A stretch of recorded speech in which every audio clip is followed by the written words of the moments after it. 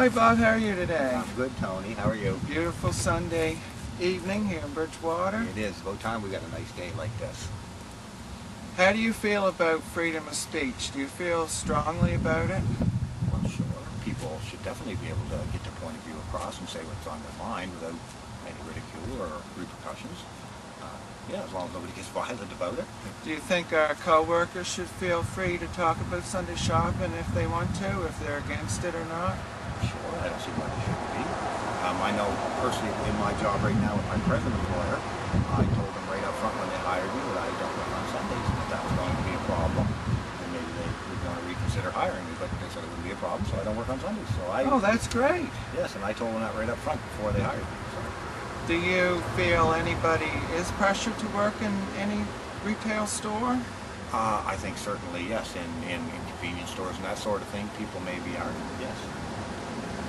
How do you feel about the Sunday shopping plebiscite that the whole province, 55% of us voted no, and our former Premier Rodney MacDonald turned around and blamed the judge and decided to open the doors of Sunday shopping? Do you think that's... No, that wasn't right. If it was in fact 55% that everyone believed, then yes, it should have passed in Parliament and should have come along. People fought in world wars so we could have the right to democracy, and there are a lot of people out there that are really scared to share an opinion, and this is one of our ways of doing it on YouTube, getting the word out. Sure.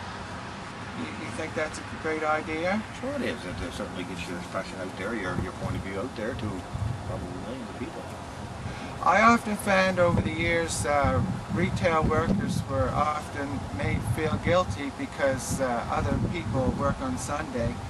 And do you think that we should feel guilty because other people are working on Sunday? I personally don't. I feel strongly enough about it that if I was being forced to work on Sunday, I would quit that job. As simple as that. Maybe people are doing it because they choose to work on Sunday. If that's the case, then I have no right to say they can't either. If restaurant workers, for example, decided to get together with other groups and push for closing them down on Sunday, would you support that? When you're talking unions, I would think they would have to form a union maybe, or... Oh, not necessarily. Government legislation could... Well, I guess if enough people got together and did that, yes, then I guess the government would certainly have to hear their voice. But isn't government's job to look after us? Oh, definitely. That's their main concern, I would think, is the tax-paying citizen. And have they looked after us during this Sunday shopping vote and everything? Certainly not in this case, no. The opposition parties, they remain silent about it. What would you say to our new Premier, Daryl Dexter? Do you think he should revisit the issue? I definitely think he should. So everything is worth a second look. Times change, circumstances change. Maybe something's changed now than when Rodney MacDonald government was in. Maybe it's time to do it. So let's hope he will look at that new government. Is there anything out there that you'd like to tell everybody, or any thoughts that you may have that you'd like to share with anyone?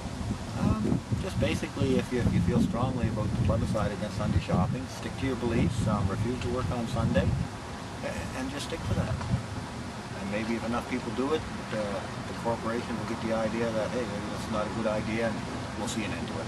So in other words, if we keep remaining silent, we're keeping it in the closet, and definitely. And it will never get solved then. Definitely, but if you keep sticking to your belief and keep voicing your opinion, then eventually it'll get loud enough and the government will hear it.